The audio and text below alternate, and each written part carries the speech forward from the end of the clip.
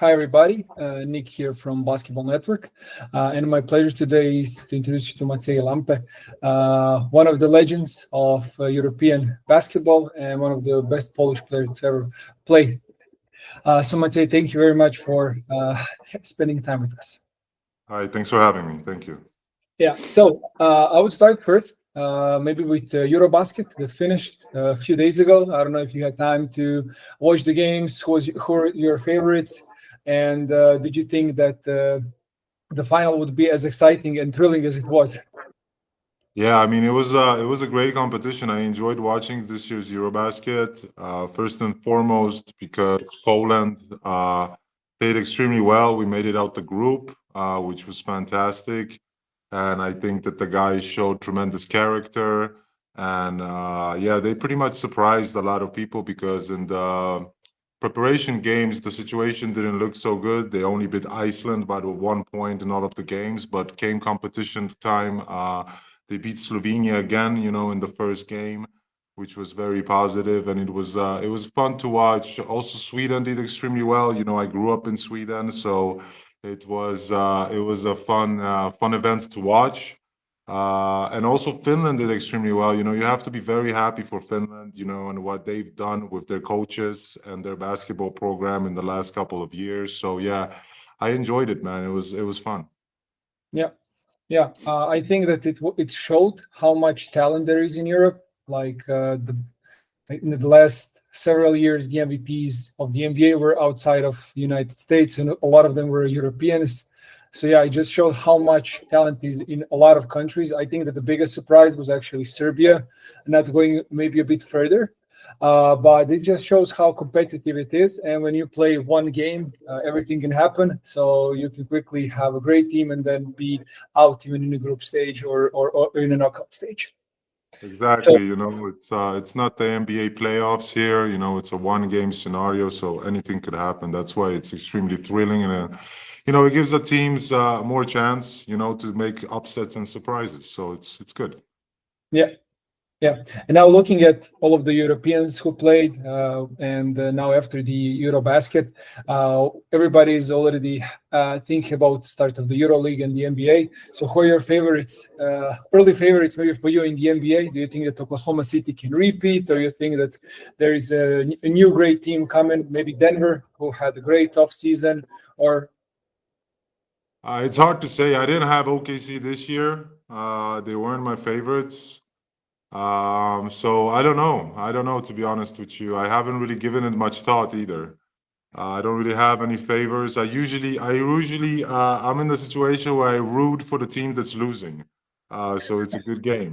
I don't really, Poland, obviously I represented, and, Sweden has a special place in my heart. So obviously I root for them. But when it comes to, basketball clubs in general, I don't really have like a favorite club. I played for many, many clubs in many countries. So I don't have my favorite. I enjoy new players. I enjoy good basketball being played, and yeah, we'll see what happens. I'm looking forward for next season for sure. yeah, okay. And then if you don't have a distinctive favorite for a title, do you have anybody who you think would be the MVP next season? Who do you think has the biggest chances to do that? In the NBA, Yeah, um, I don't know. I mean, it all depends on the results. Let's see what happens with Luca and the Lakers. That's gonna be an interesting thing to watch. And also the Mavs are interesting. As far as an MVP candidate, to be honest with you, I never really think about it until like the season is almost over hmm, or they're in the playoffs. That's where, because for the MVP you have to work the whole season. So yeah, injuries happen in sports, so it's kind of tough to predict anybody. I've never really predicted an MVP like that. So once the season starts, Cleveland was very, a fun surprise this year how they started playing the season. So as long as good basketball is being played, and I think that also new players are gonna get chance for the for the MVP candidate. So we'll see what happens. Let's see how it starts, and it's gonna be entertaining, that's for sure. yeah. I have to ask, when we think about Poland and sports in Poland, basketball is not something that immediately pops into somebody's mind. So, how did you fall in love with the game, and when did you feel that basketball can be your maybe ticket to, I would say, travel the world, and of course earn money? Right. So I left Poland when I was 5 years old, and we moved to Stockholm, Sweden. That's where I grew up. Mhm. And I started playing many sports. I started playing hockey. I was goalie in soccer. I was in a rowing club. And basketball was kind of like the fourth sport. But to be honest with you, what really gave it a boost in Sweden, since Sweden brings in a lot of foreign immigrants, was the war in Yugoslavia, because a lot of people from Yugoslavia came to Sweden, especially to my neighborhood, and they were a little bit older and they started playing basketball, in the street, and those games were very, very competitive.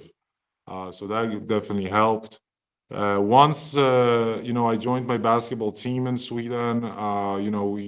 We were extremely happy and extremely thankful that I had the coach that I had.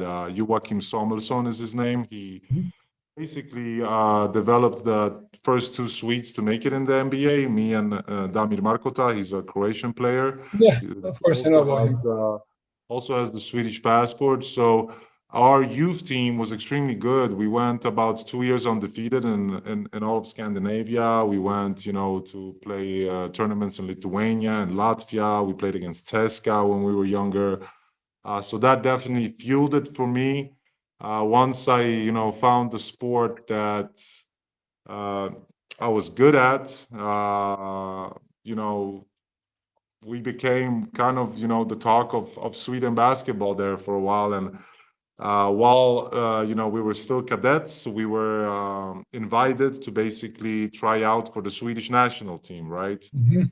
So there was three players from my club team. There was a Turkish player, me, and Damir, who got invited to this unofficial event that took place over the weekend, where I had to actually come in late because my school didn't let me go on a Friday.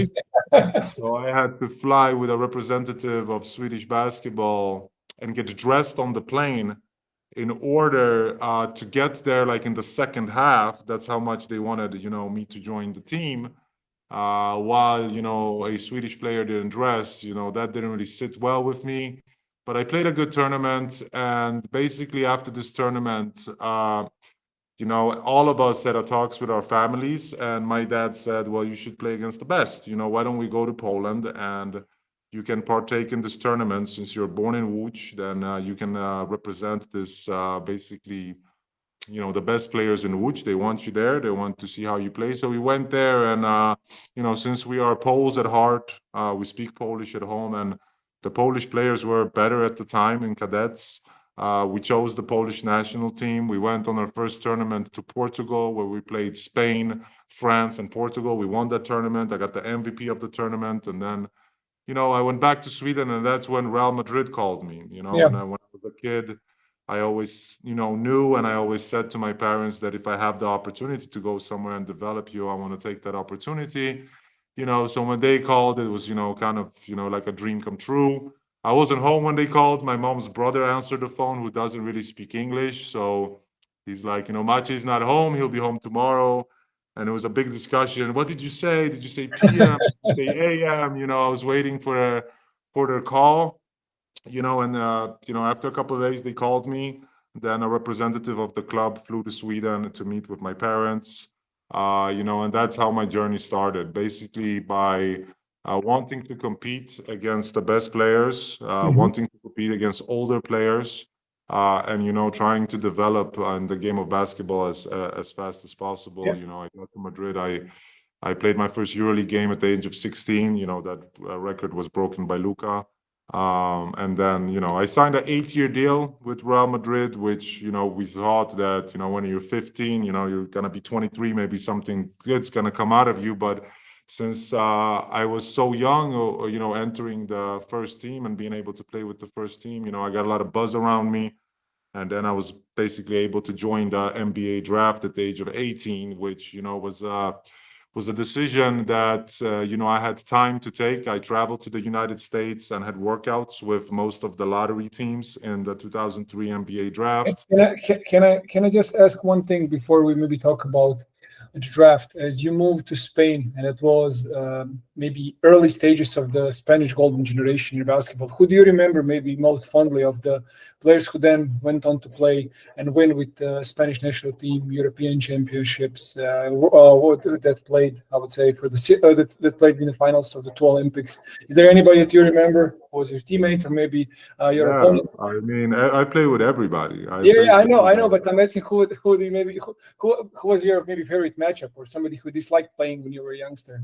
When I was a kid, for me being a big man, I always try to have good relationships with the point guards. That was my main thing. Since I'm a big man, they could run the floor, they could get easy looks. So my first kind of guy who I looked up to more mentally. Oh, but both mentally and skillfully was Sasa Djordjevic, because I would come into practice, I would be the youngest kid there. I would come in early, I would stay late, I would pass him the ball when he wanted to shoot. He was pretty harsh on me when it comes to some stuff, but it taught me a lot, and I really respect that, and that really helped me. But I played with everybody. I played with Felipe Reyes. I played with Felipe Reyes' older brother. I played with Alex Mombrou was on the team. Alberto Angulo, both Angulos were on the team. Alex Strulens, Zan Tabak, Dragan Talac. I played with Zan and I played for Zan later in my career in Caja Laboral. Rudy Fernandez was there. Raul, was around. Rudy Fernandez obviously played on a different team when we competed against each other. When I was in Spain, I competed against Marc Gasol. I was thinking about Marc Gasol because I know Pau is already a bit older and he did go to the NBA a bit earlier. But I was thinking maybe you clashed with Marc Gasol during your youth years. Yeah, so I was able to represent Madrid in this tournament because when I first signed my contract with Real Madrid, there was a time where I couldn't play games, which was a long time. That's why I practiced with like all the teams because I wasn't allowed to play games. But as like this tournament in Poland where I represented Łódź, now there was a tournament where I could represent Madrid. And we went to the finals and we played Catalonia in the finals. And the Catalan people, they were very mad that here comes like a foreign kid, who's starting and is playing well. So there was a lot of heckling going on in that game. We went up on the scoreboard, and then I got subbed out. We went up, I got subbed out, and then like 3 minutes before the end of the game, because of these, hecklers, I got subbed out, and we lost the game to Mark. But that was the first time I played against Mark. That's the first time I met him. And I must have been about, 14 years old at the time. Or I'm sorry, 16 years old at the time. 16 years old. 15, 16 years old. Yeah. And you were thinking that he can follow in Pau's footsteps and then go to the league. And then, of course, he had, when you compare his career to Pau's career, they both had amazing career. I personally think they both should be in Hall of Fame, and they probably will be for what they did, not only in the NBA, but also on the international level. Yeah, I look up a lot to Pau Gasol. He's a leader. He's a great human being, often on the court. He's done a very good job with his academy in Spain. I respect him a lot. And Mark as well. Mark was a tremendous basketball player. He didn't have, I would say, maybe as easy as Pau had because he was always in his shadows, so to speak. But he rose up to that challenge, and it was great to see them competing against each other. And then, later in the Spanish national team, like you said, the golden era of those guys. Yeah. So it's, I'm always happy for players, when they succeed, and I think the Gasols are, a true status of good, great basketball players and great ambassadors for the game of basketball. Yeah. Then we can talk about, of course, your NBA career. You said that you gathered a lot of buzz around you, and you were part of arguably one of the best draft classes ever, 2003. So you were in class with LeBron James, Carmelo Anthony, Dwayne Wade, Chris Bosh. You said that you worked out with all the lottery teams. As that draft class was highly touted, was it a different kind of buzz when as you then stayed in the NBA when you compare it to maybe the generation after you, or you think that that was a normal buzz for everybody? Well, I mean, it was a big buzz for me because I was, I was treated as I was like a Polish kid, right? Because I was born in Poland and I represented the Polish national team. So when I got drafted, people said, from Poland, but I grew up in Sweden. So I was a big, I was a big hit. Nobody, had ever done that, coming from a Nordic country or either, Trybański was in the NBA before me. So there was one other Polish player that had kind of gotten to the league, but nobody at 18 years of age, So yeah, there was a lot of buzz. The buzz kind of, so to speak, went over this buyout situation that I had with Real Madrid because there was a lot of buzz that basically fed the fire for interest in me, right? But I had a big buyout to Real Madrid that I had to pay during my time in the NBA and also during my first season in Russia there. It's not something that I necessarily regret or anything. Real Madrid gave me all the tools I needed to develop. But yeah, I went extremely young. I thought that I need to take this opportunity since I have it now. Being drafted by New York, there's Polish people in New York, Yeah. it was quite a show. Yeah. Do you think that this buyout situation was the reason why you maybe slip out of the lottery, Uh, or you think that maybe as it was still early 2000s, so European players were not maybe as highly touted as they are today? What do you think maybe was the reason for that? yes and no. It definitely had an effect because Milwaukee called us. I don't remember which pick they had. It was number 9 or number 12 or something like this, and they said that they would take me, but they want me to spend another year in Europe. Mhm. We declined that offer, and basically I got chosen in the first pick of the second round, Yeah, which was not at the time when I was in the green room, it was shocking. We didn't really know what was going on. Here I had the situation that I had with Real Madrid. Obviously, for me, like I said, I don't have nothing against them. They gave me all the tools that I needed to develop, but obviously the contract situation was not ideal. So yeah, my parents were a little bit frustrated with the club. And now I'm slipping to the first pick of the second round. So basically, what that means is that now I have to prove my talents in summer league and see if I can get a deal. yeah, So that was an experience in itself, and me never playing American basketball, that was an obstacle to overcome because we played 2 summer leagues that year. I got drafted with the 30th pick to New York, and we played 2 summer leagues. And in the first summer league, I did extremely bad because I wasn't used to this style of play.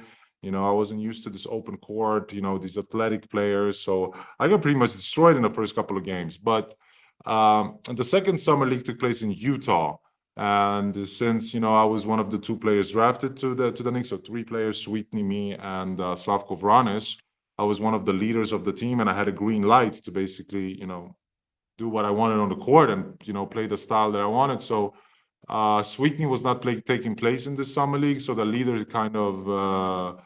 leader type of thing kind of fell on me, and there I played very well. I made the all-star team in that summer league, and that's basically what gave me that 3-year contract in the NBA. So I had to prove myself on every level later on. uh, you know uh, I got not a lot of opportunity, being so young in a team full of veterans. I yeah, got yeah, traded. yeah. I can understand it. And actually, when I was looking at your biography, one thing that really amazed me that you're one of the youngest players ever actually to play in the NBA game. We were not even 19 years old when you played, and I was looking as you're in the same draft class as LeBron. The difference between him and you is like maybe around 20, 30 days, something like that. So yeah, Yeah. so congratulations on doing that, of course. But I wanted Thank to you. maybe follow up. You mentioned the summer league. Do you remember any of your draft mates that you played against, like during that time? Yeah, so the first game we played against Milwaukee, and we played against a guy named Marcus Hayslip. Mhm. And Marcus was a very, very athletic four-man.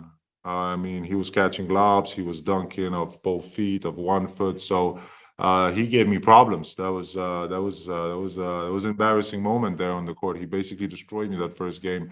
Obviously, LeBron was in that summer league as well. That was in Boston. I saw Carmelo there. I saw Dwayne Wade there. Me and Dwayne worked out also before the draft because we used to work out in Chicago Mhm. at Tim Grover. Oh, There's a gym there that sometimes, he was Michael Jordan's trainer, so we used to work out together. Um, yeah, I remember even like Sophocles Tsatsanitis is from that draft. yeah, I know. So I remember him. I remember Darko. I remember Zarko Chebarkapa. He got traded to the Suns. I was later his teammate in the Suns. Leonardo Barbosa is from that year. Yeah, it was stack draft. It was a stack draft. Yeah, it was a good draft. Yeah.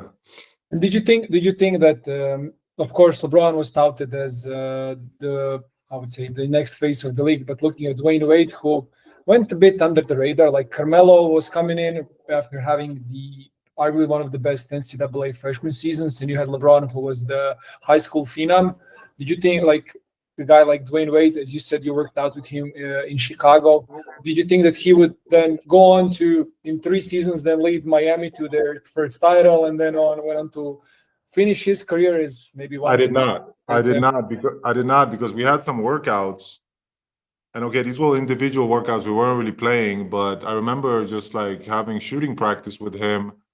And I asked him like, "What college did you go to?" And he told me the college, and I was like, "Did you play a lot of minutes?" And he's like, "Yeah, I did." So Dwayne was definitely one of the guys that surprised me the most because also I didn't see a lot of them Mhm. playing. I didn't see their college games, but yeah, he rose up to be one of the best two guards in all of basketball. I mean, the things that he did in Miami there were extraordinary. So not always do you see that right away, but in my defense, it's not like saw those guys play a Yeah, of lot. course. I was with them on a couple of practices here and forth, stuff like this. So it's hard to tell until you're really on that basketball court playing 5-on-5. Yeah, and then as you said, you got a 3-year contract with the Knicks. Knicks during that time were not the most functional organization, and they No. were going through a big playoff drought. But then again, you played in the Big Apple. You played for one of the marquee franchises. What do you like? Was it a big, really big change? Of course, you said you played in Real Madrid. Real Madrid is one of the biggest clubs in basketball in Europe. But then again, you moved to New York and everything. So, what do you like being a 19-year-old there? Was it stressful? Was it tough to maybe get used to the living in the United States, the way the Yeah. NBA is different in terms of tactics, trainings compared to Europe? How was it Yeah. working Yeah, there? I mean, I wanted to see the world. I was not scared. I was not shy. So I wanted to, play everywhere and see the world. I went to the NBA by myself without my parents.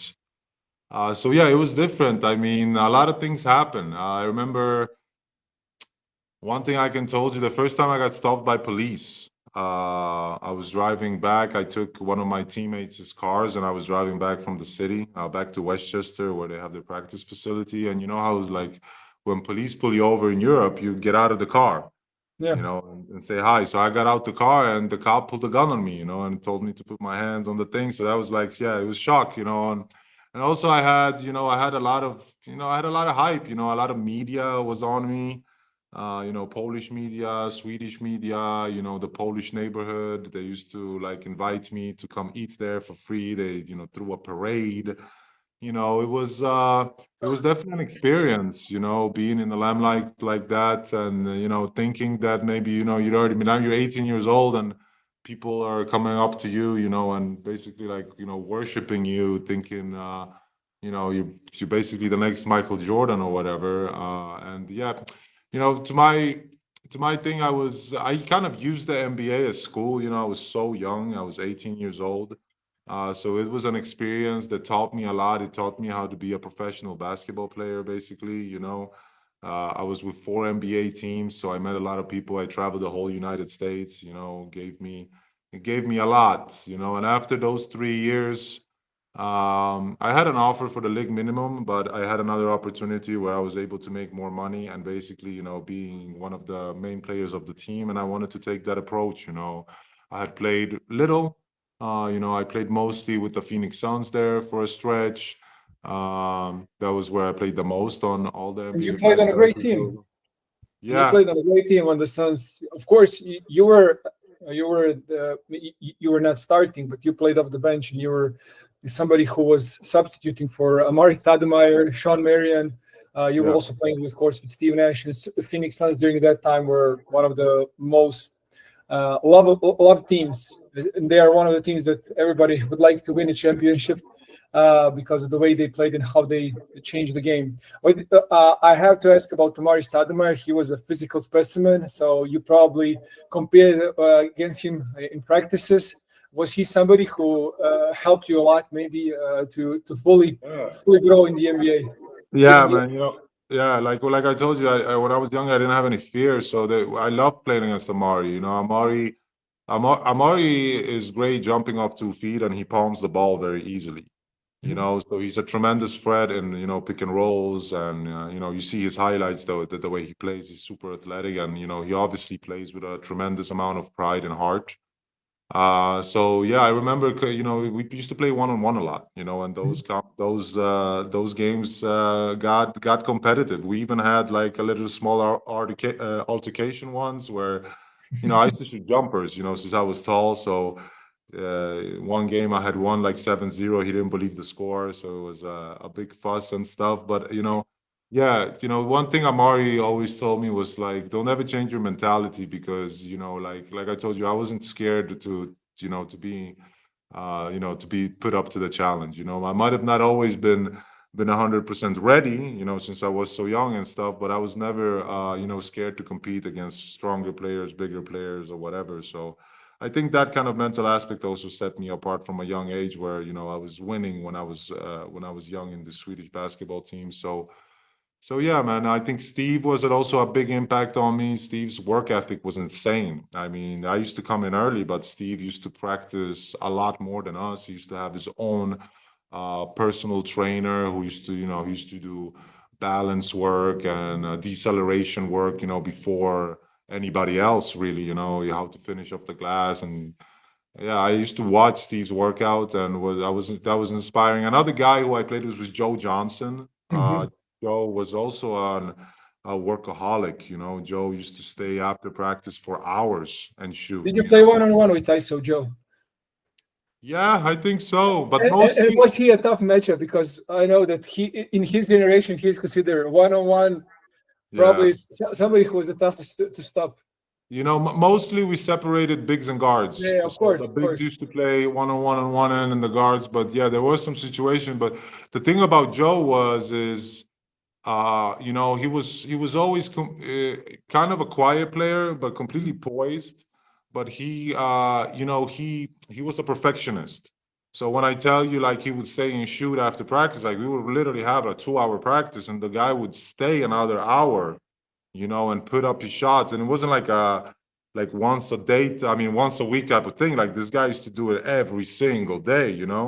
So yeah, that experience helped me a lot, and I was very sad when I got traded from the Suns, because here I was on a championship caliber team. Yeah. All of a sudden I'm getting some minutes here and there. Obviously Mike D'Antoni helped me out a lot, since he coached in Europe, and he's Italian. So yeah, I was sad when I was traded from the Phoenix Suns, but I also understood. They traded me for Bo Outlaw because they wanted more of a defensive presence. Yeah. So that was a tough moment for me there, when I basically went from one of the best teams in the NBA to one of the worst teams in the NBA. But then you played with young Chris Paul as well after the trade. Well, first I played with J.R. Smith. J.R. Smith was my age, so when I got to New Orleans, it was me, Jackson Roman, who got traded there, who passed away. Rest in peace. And yeah, J.R. Smith was there, and J.R. was an amazing talent. Yeah. His jump shot was crazy. David West was there as Yeah. well, so that was another good guy to He was learn your from. draft mate. He was Yep, drafted in the same exactly. class as you. Yeah. Yes, yes.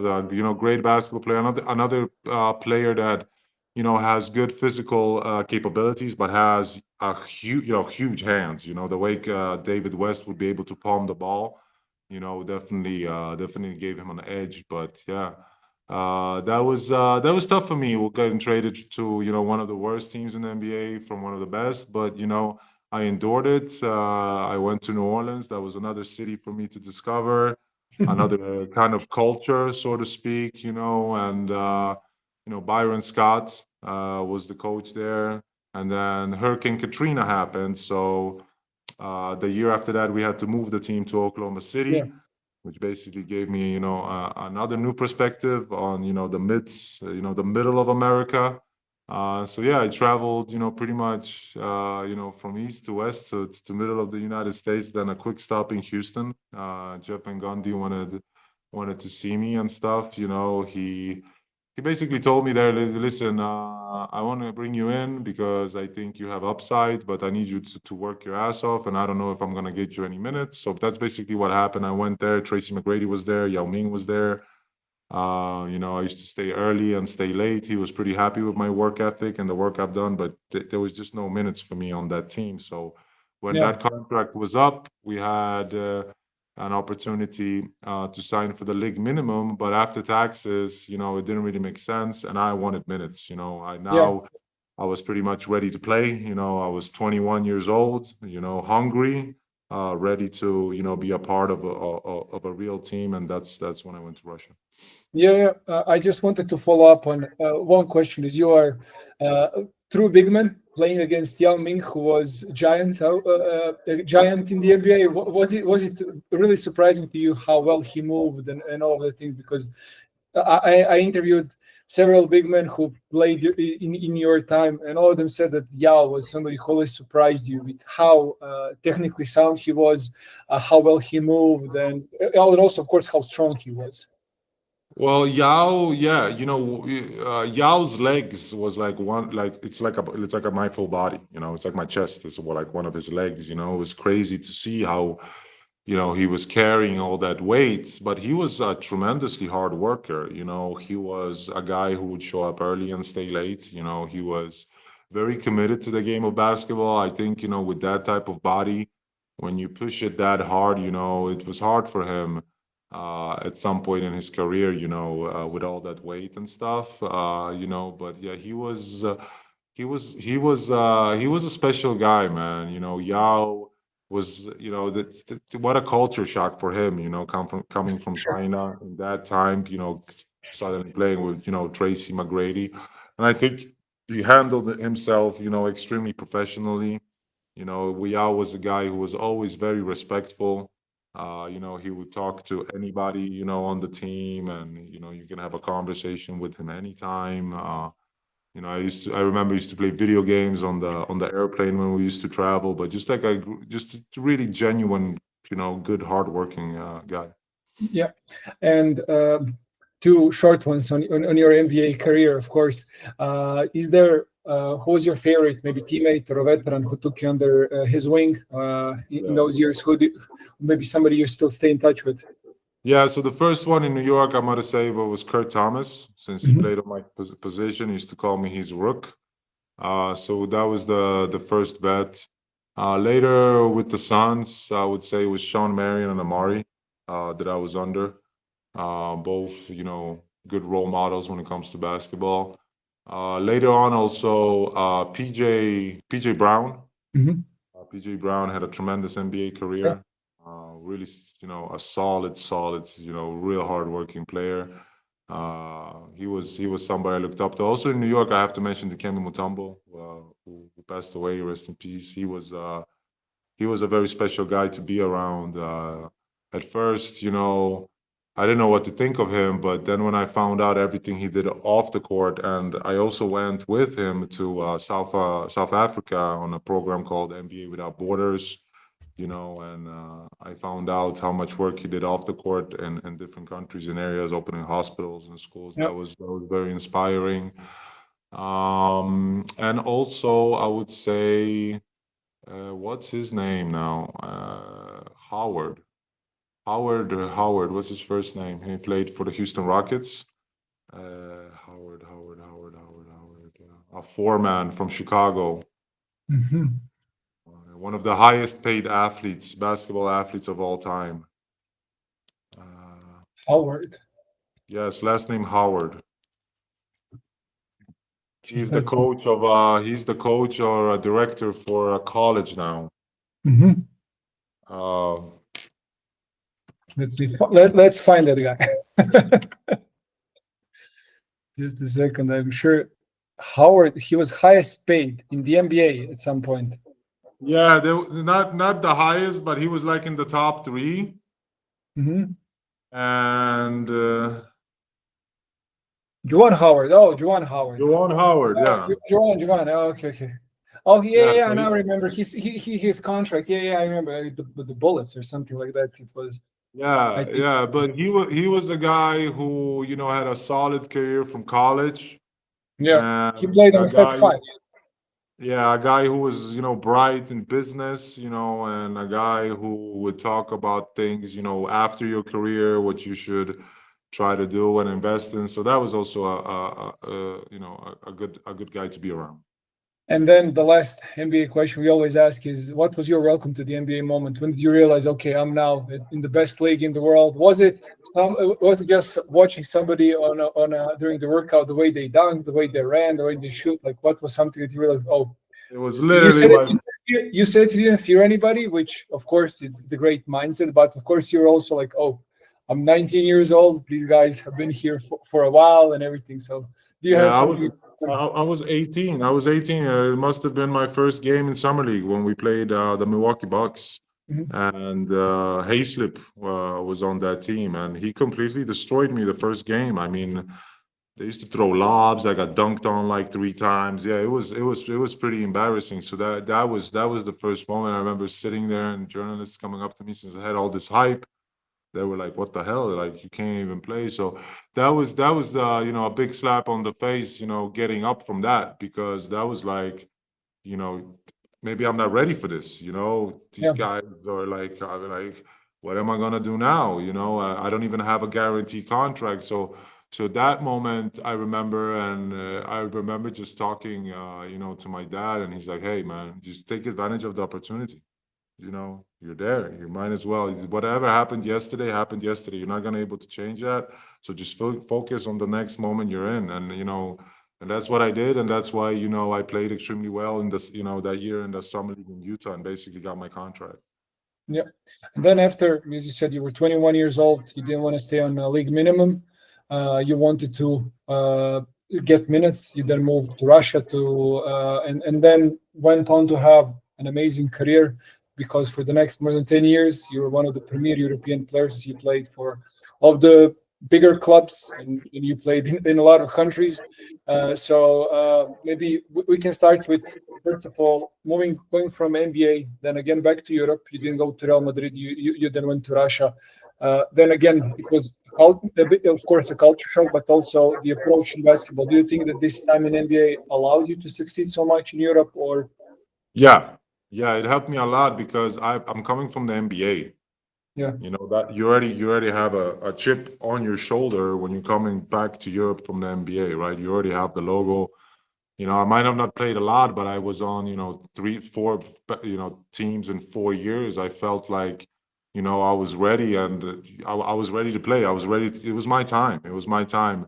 When I first got to Russia, the team that I arrived in actually went bankrupt at the first practice. I found out as soon as I got to Dynamo St. Petersburg that the team doesn't yeah, exist anymore, and all the players were in the locker room. It was a bunch of fuss, and I was like, let's just go and have practice. So we had practice, and they saw me play, and by that one practice, basically somebody told them that, hey, this guy could really play, and I got the same type of contract opportunity in Kimki, yeah, which I didn't know knew nothing about. It was Moscow. I flew over there a couple of days later, and the team was stacked of old veterans, who were there on their last basketball paycheck, like Ruben Volkovitsky, Ademola Okulaja, who also passed away. Rest in peace, Big Oak. There was a lot of guys that were kind of, in front of me in some sense. Melvin Booker was there, the father of Devin Booker, was on the team. Kelly McCarty, Beremenko. They had Timofey Mozgov. yeah, So I came in there and I just gave my best every day, and there was a point there. There was a turning point in the club's history where basically the founder, the GM, who also was the coach, his name was Alevich, got fired. And I remember coming into practice like after being there for about a month, and players are talking about that they're gonna strike. That Alevich is their guy, and if he's not there, we don't know if we're gonna get our money. And basically, they had a vote in the locker room, and I was the only guy who stood up and said that I'm not striking because I think that if this guy leaves, another coach is gonna come, and I think I'm gonna get more playing time. So there was a big fuss in the locker room that day, but eventually, that's exactly what happened. He left. Another coach came, Kim Stutis Kimzura, who basically got taught in coaching from David Blatt. David Blatt has always been a big fan of mine. He always wanted me on some of his teams. So he brought that type of play into Kimki, and that just, shot me and my game forward because that's exactly what they needed was somebody like me. And I started getting more minutes. We beat Dynamo Moscow, my first year there for the third place, which was a huge success. They had Lazarus Papadopoulos on the team, a big center with a big name. That was my first big playoff competition, which we won. And from there on, we won the Russian Cup. We were pretty much always second behind CSKA when it came to Russia. Yeah. Uh, And and CSKA during that time was stacked. yeah, It was them and Maccabi constantly fighting for EuroLeague titles, and that CSKA team every year, like they would lose like a few good, really good players, but they would add like two more who are even greater. So yeah, yeah, so that was one of the best times in Euro. When you look at EuroLeague, the way the teams function, it was a lot of great teams during that time. And then you move to a second great team, as I mentioned, Maccabi. You spent one year there, and then you moved to Spain. So you moved a lot. Well, When you from Maccabi, from Maccabi, I went to Unix Kazan. I went yeah, back to Tunis, Russia. Tunis, yeah, Yeah, yeah. yeah, So where we won the Euro Cup, yeah, and I got the MVP of the Russian league there in 2011. yeah. That was your. Do you think that was your best year during that time? That year in Unix? Probably one of my best years, yeah, because we were competing for the Euro Cup championship, which we won. Yeah. Obviously that was big. And then also, I had already played for Kimki and I had already played for Unix. Those were the, two best teams pretty much after CSKA. So it was either like the stepping stones for me were basically, am I gonna get an opportunity to go to CSKA or am I gonna, go somewhere else? And my agent told me that Caja Laboral is interested. Obviously, Baskonia is a historic place. A Yeah. lot of players have tremendous careers there.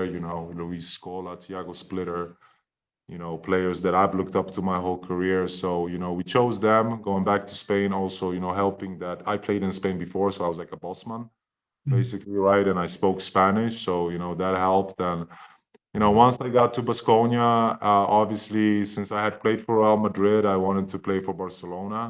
Having an opportunity to compete for the EuroLeague Championship, and and that was kind of the plan, and that's what happened. And I have to ask, one of the biggest legends of European basketball is Juan Carlos Navarro. You play with him in Barcelona. Was it different playing with him when you compare him to other guys in Europe that played? Was he, I would say, unique and Yeah, in some ways more Juanqui. talented than most others? No, Juanqui is the most talented basketball player that I ever seen when it comes to talent. Really? Uh, yeah, I mean, with that body, and the bomba shot that he has, and the talent that he possesses, like for me, it's amazing how he plays. Juanqui had, unfortunately, at the end of his career, many injuries, Mhm. especially when I was on the team. So he used to be on the team, and then he used to be out, and then he used to come back, and then he used to be out. So that was unfortunate. Obviously would have want to, be playing with somebody like that who understands the game like he does, is able to force fouls and able to control the game, through his offense, basically, as quick as he is and as many, arms that he has, in the game of basketball, either being the 3-point shot on that bomba shot that he has developed so well, which is, impossible to block.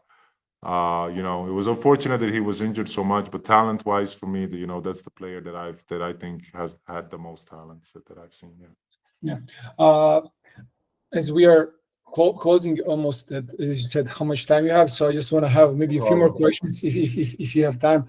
I'll maybe go a bit more broader. I know that you still had several stops playing in Poland, playing in Taiwan, and so maybe just to wrap up on the European side, as you shared locker room with really the biggest European legends that played during that time, who was somebody that impressed you the most? You mentioned the talent of Juan Carlos Navarro, but is there somebody else who you were always amazed, or maybe somebody you competed against? You said that you butted heads in Khimki and Unix Kazan a lot with CSKA Moscow. Was there somebody in CSKA Moscow who impressed you? Like, who is somebody that you always remember fondly? Somebody that I admired from his technical standpoint and how he played with the body that he had was Matthias Smodis. Mm-hmm. Smodis was a problem, being able to seal guys like he did, and in that system, he would thrive. He was a real problem. I remember like in the beginning of the season, since I used to, I was more prepared. I was physically more ready. I used to give him problems like in the beginning of the season, but in the end of the season, this guy was a problem at the 4 position. Somebody that also, I kind of grew up with basketball wise was Timofey Mozgov. Mm-hmm. Who later made a great NBA career. I remember when I first saw him, I was like, "What the hell is this?" This guy's like 7'1", like super, athletic. So that was a guy. Who else should I mention? I think one of my best teammates that I would want to mention is probably Brad Olson. Mm-hmm. Brad, I played with him in Caja Laboral and in Barcelona. Him being a left-handed player that pick and roll on the right side, we were deadly. Mm-hmm. He was really fun to play with. Alex Huertel is another guy, who, talent-wise is amazing. His court vision is amazing. The way he was able to pass me the ball in many situations is somebody uh, that I looked up to. Hmm. Yeah, I don't know. I mean, there's a lot of guys, Of course, there's a lot of guys. You really, I can see that you're really thinking about them. Then the last question about EuroLeague is maybe comparing it to today and when you played. Do you think that do you like the news? Like, still, European basketball is different compared to the NBA. But if you watch EuroLeague now compared to when you played, there is now even more pace. There is even more, of course, 3-point shooting. Do you think that this is just normal evolution of basketball in Europe, or you maybe think that there are some really good stuff about when you played, tactically wise and basketball wise? Yeah. I mean, it's eras. It's decades. The game has changed. There's changed from the '90s to 2000s NBA. It's the same thing. The same thing in EuroLeague. The game is going to evolve all the time. Yeah. So who knows what we're gonna see next. I think I like the evolution of basketball. I think it's for me it's obviously my favorite sport to watch. I also like boxing, but basketball I really enjoy. I really enjoy this EuroBasket. When it comes to EuroLeague games, it's a different feeling watching a EuroLeague game that's important for a lot of fans and a lot of people in comparison to an NBA game. It's just a different type of rivalry, and it's a different type of atmosphere. So yeah, I mean those two leagues will continue to develop, and basketball will change in the future. So it's just part of the players that we have on the court, Yeah. and their physical abilities, and I think it's going to continue to develop. Yeah, and then the last question about fans has to be which fans amaze you the most with their uh, with their passion.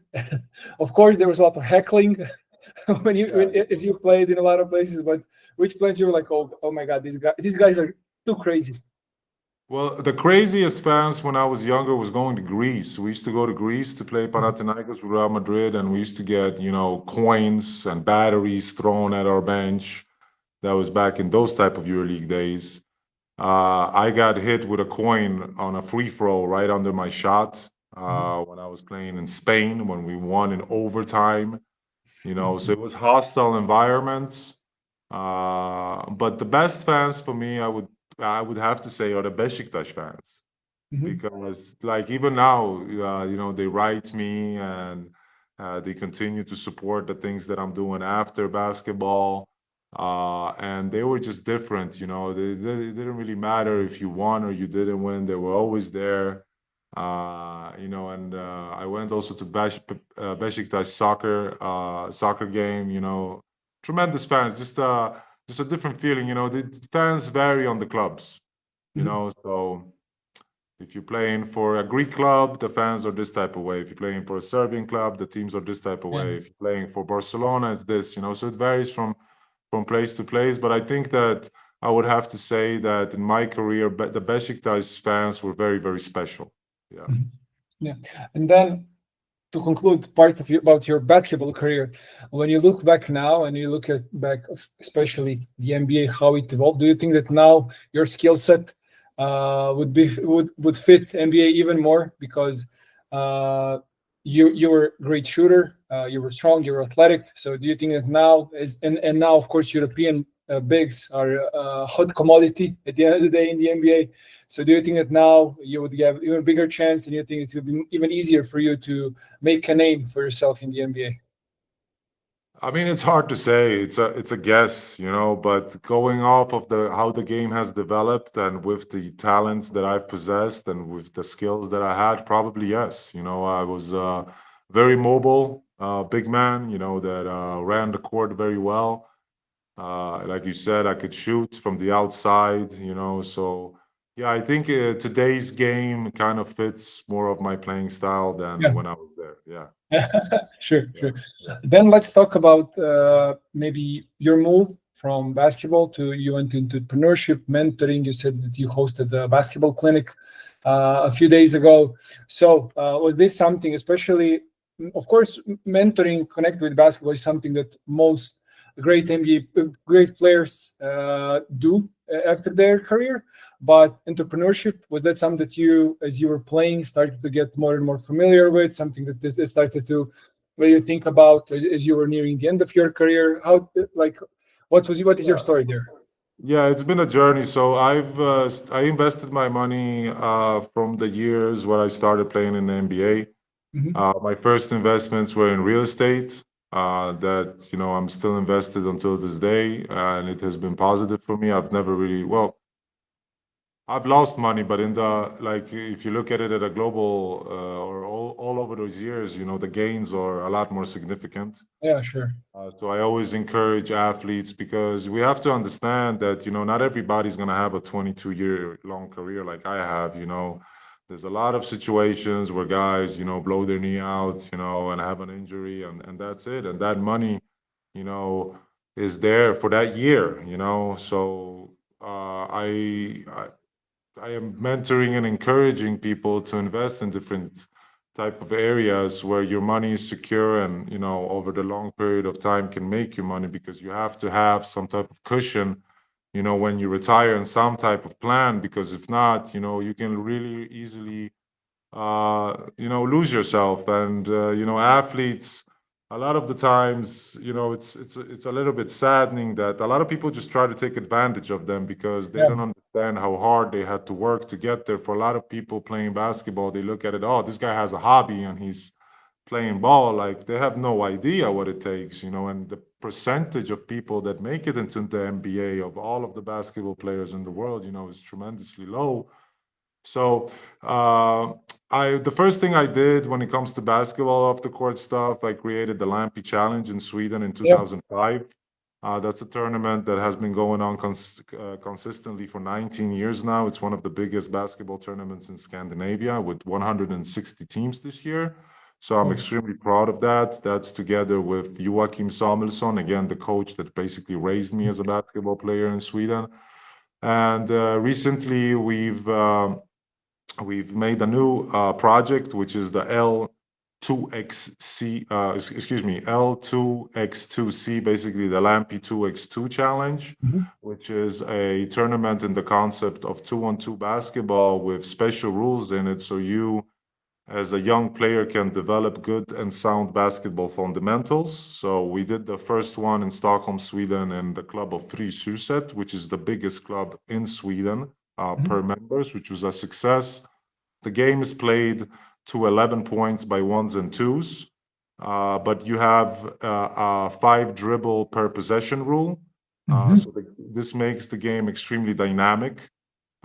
It also works for reaction very well because if the ball doesn't touch the rim on a shot attempt, it's basically like a steal. So the kids need to know that and try to score directly, not bringing the ball outside of the 3 point line.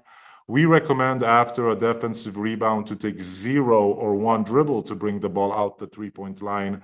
So you have four or five dribbles to attack again. And that basically works as a fast break, after a defensive rebound. Was the idea for this game started from your workouts when you were a kid? Because everything that you're saying, I remember doing some kind of version of that. So like you play 2-on-2 in practice, and then you had these limitations as a 10-year-old, 12-year-old, so that you develop this good habits, that you don't dribble too much, that you look for an open player, and that you always count, like and always of course focus on your reaction. Was that something that inspired you to do this? Well, yeah, I wanted to do a new project, but to be honest with you, the goal for me is more of a long-term goal. This is like an introduction tournament that basically is very unique. Nobody Yeah. has done it this way. What's also interesting that in my tournaments, there's only three age groups, so you're always playing against a younger and an older player on the court because for example, now we had boys 2010 to 2012. So if you're born 2010, you can never be on the court simultaneously with a guy from 2010, which Mhm. makes it that you play against older and younger players all the time on the court, which Yeah. is extremely important for development because usually, the structure is that you're playing with your team and your age group. It's very hard to find Yeah. Yeah. something where you can compete against other age groups. So that's another key factor there. Another thing is that on baseline and sideline out of bounds, you can double the player on the court. So you can basically trap on sideline and Mhm. baseline out of bounds, which works very well, in order to knowing how to V cut. And, we're not saying that dribbling is not important, but, we're basically saying that the fastest way for the ball to travel is via pass.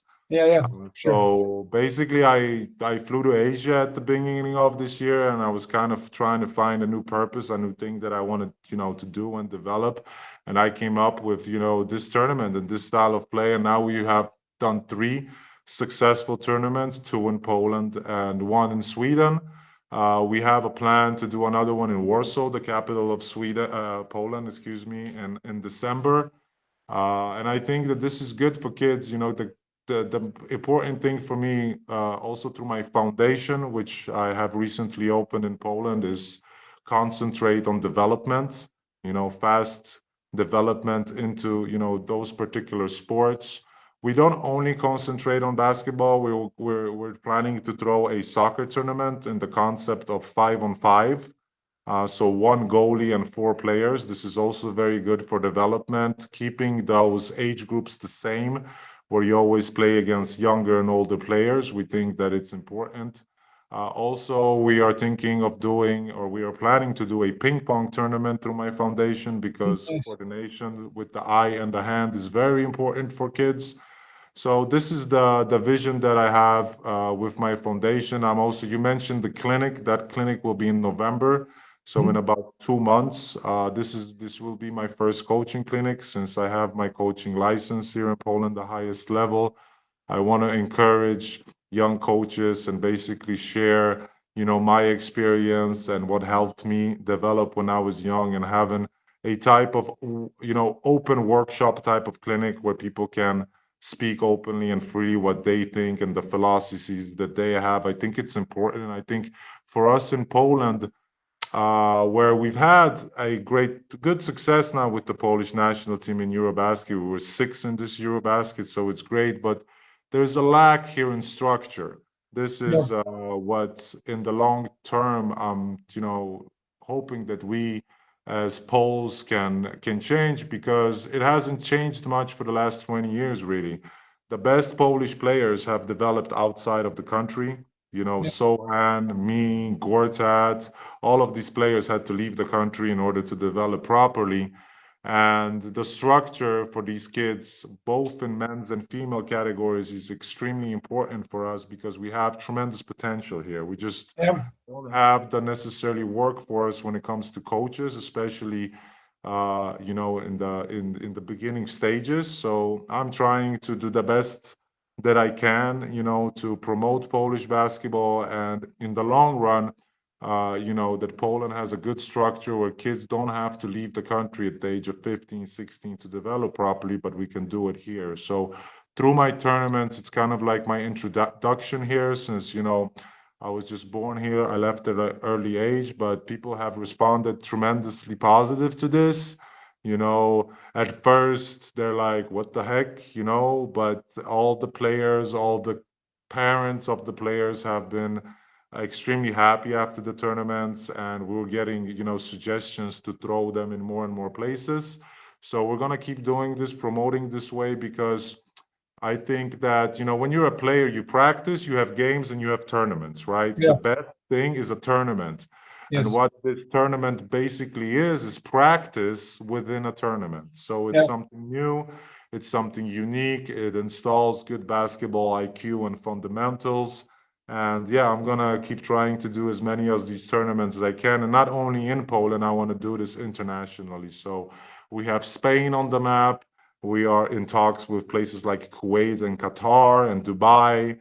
And we want to bring in this system because obviously, in a couple of years from now, I want to coach basketball at a higher level, And Sergio Scariolo, the coach that had the Spanish national team, the coach that basically put me in the EuroLeague at 16, just joined Real Madrid again. So my dream is to, one day be able to join him and as assistant there. But Mhm. before that, I want to basically show and leave my footprint on the generation here in Poland and Sweden, Nice. and do something that I think is beneficial for their, basketball habits. Yeah, I think that I was planning to ask you what is your next step, but you just mentioned it. Your next step in your career where you want to go is coach at the highest possible level. I can only wish you good luck with that. Thank you. I know that that I overstayed your time, and sorry for that, but it was really Oh, interesting to talk with you. So I want to thank you very much for your time. I want to thank everybody for listening, and stay tuned for more interviews with Basketball Network.